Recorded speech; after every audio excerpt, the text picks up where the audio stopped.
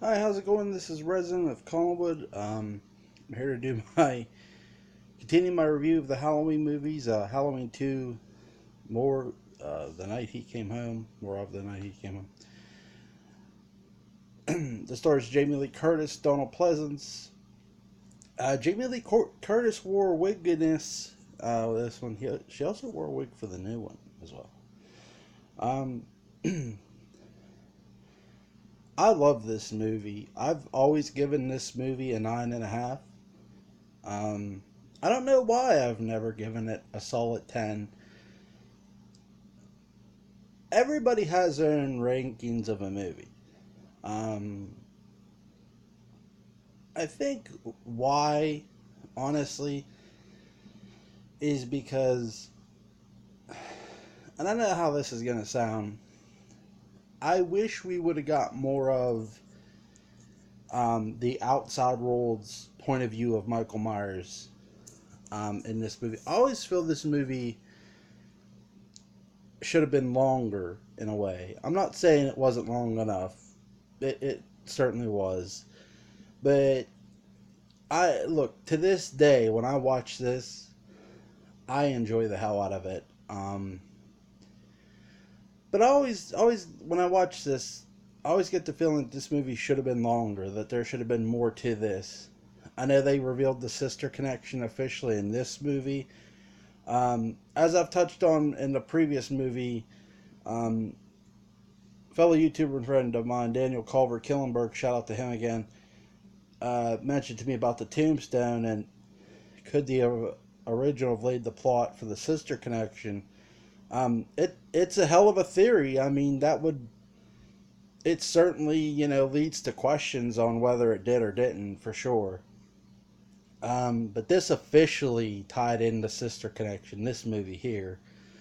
Um, I don't give a shit how drunk someone was or not. This movie was really good. I enjoy the hell out of it. And what I wish, what I mean by outside point of view, I like what they did with the media here. Um, the way they had the media in front of the houses, filming the cops going in and out. This more felt like 2018. Like this movie, even though it was made in the 80s, felt like a modern day movie. Um, Something you'd see in real life. And that's something I've always enjoyed about this movie. That it touches upon me today from the media point of view. Because my wondering was, okay, is the media really interested in the actual facts of what's going on in the movie, in the frame of the movie? Or are they just trying to outscoop one another? Or are they just trying to get ahead of each other? And I think that comes to an answer of they're trying to outscoop each other. And Dana Carvey makes a appearance in this. He's one of the camera um, operators or works for one of the news stations. Um,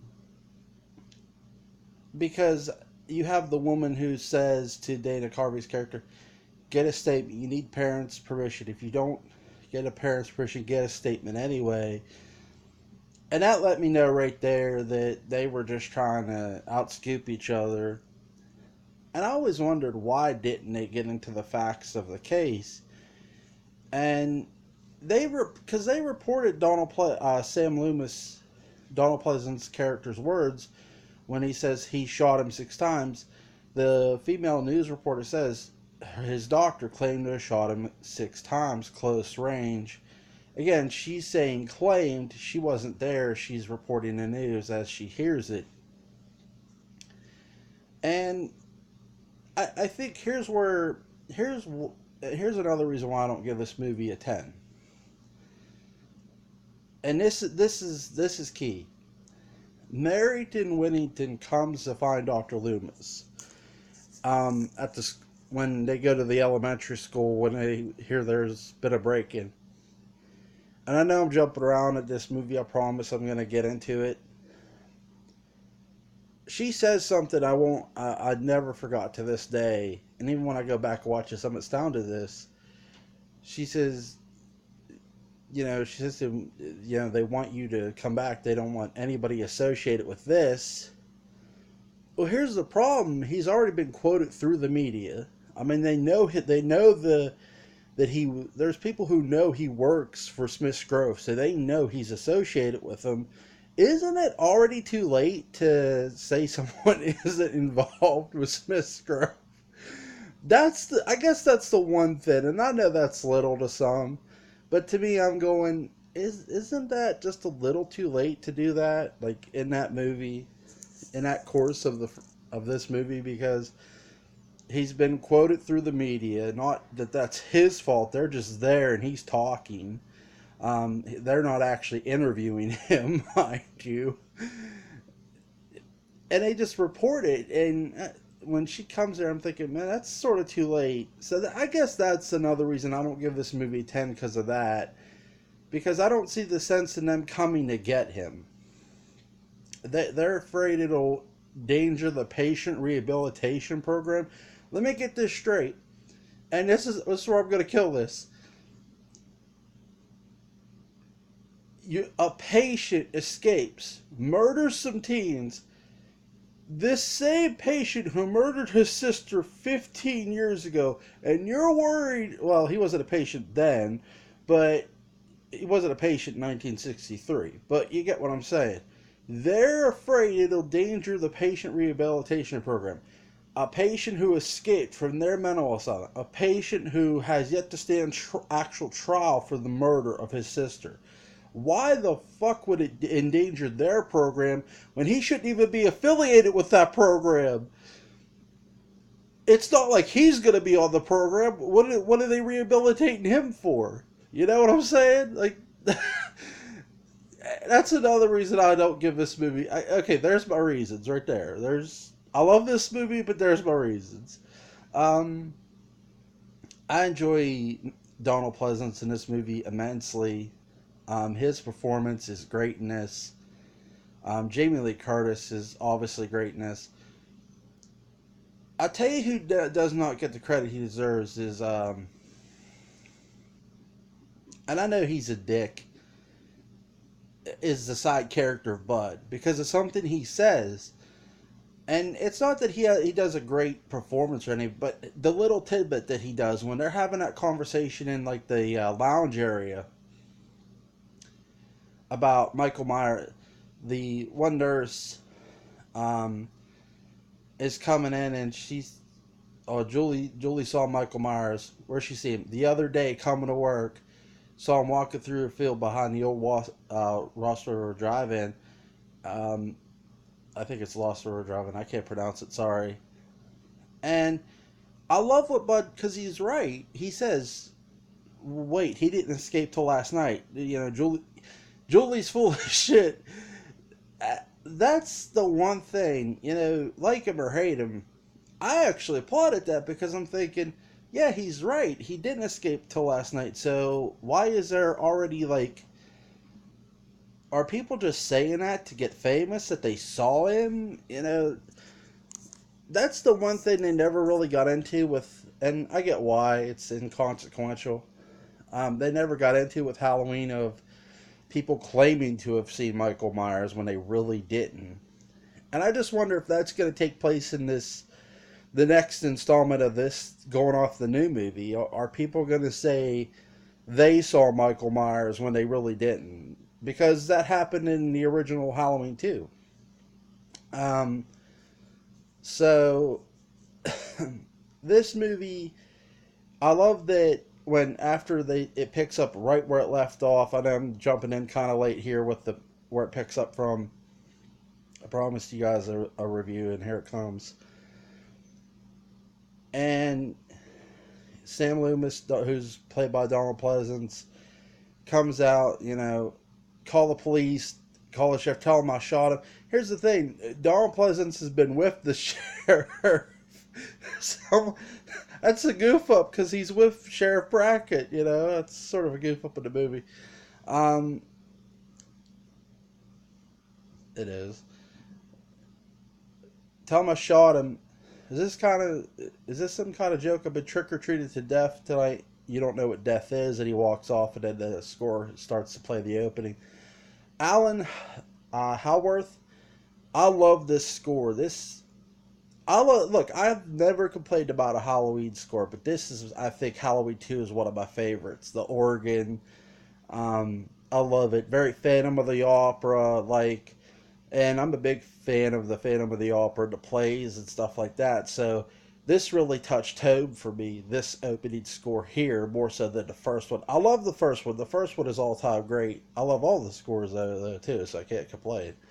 Um, but I love this one.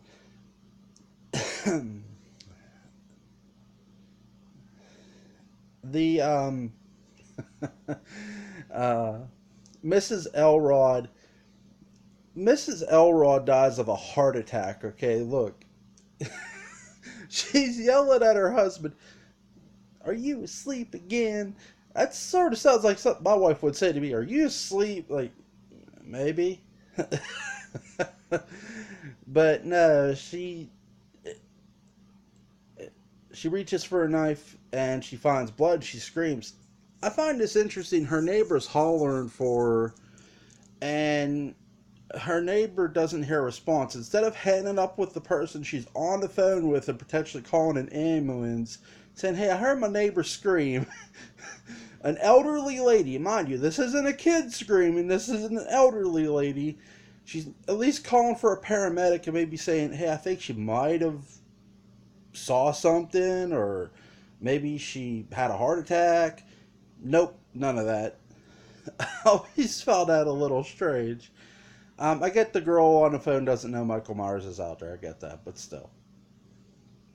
Obviously, Michael kills her. One of the most random kills in Halloween is actually in Halloween 2.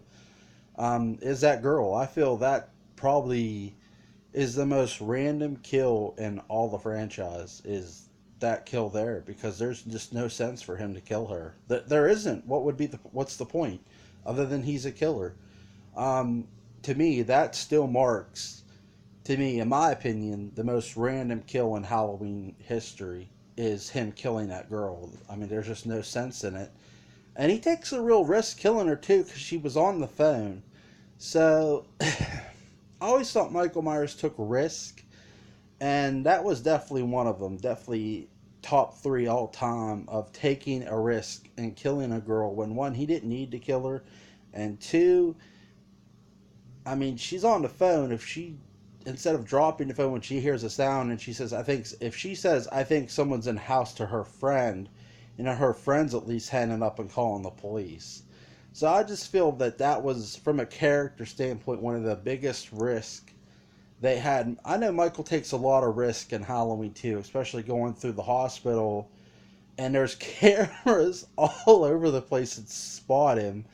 Um, I know he kills pretty much everyone off in the hospital other than um, Jimmy. He doesn't kill Jimmy. Jimmy slips on blood and gets a concussion.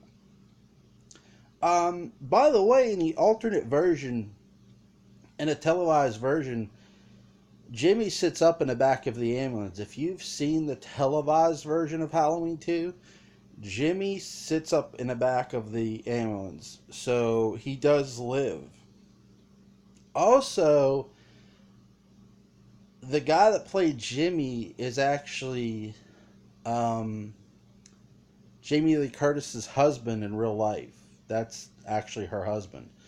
I don't know if they were married at the time this movie was made. I don't believe so. I could be wrong. But they are husband and wife, so you know. Um, I love the hospital sequences. I love the fact that, we get um, I think someone just handed my wife for me. I don't know. Um, I love the repressed memory slash dream sequence that happens with Jamie Lee Curtis involving Michael. They're doing the sister connection.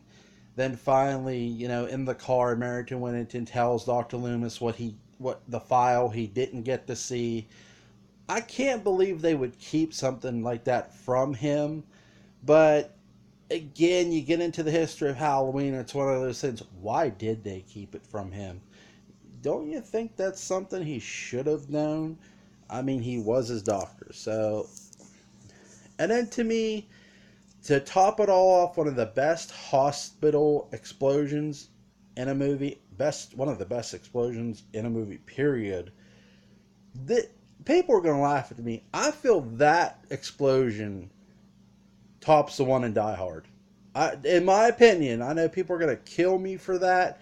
I enjoy the hell out of that explosion. I still get goosebumps when I see it, and get excited. Like it's time. Like when he just flips, like lights the lighter. Like no.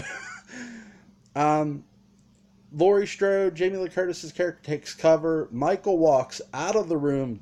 Sam Loomis does not, and Michael Myers collapses.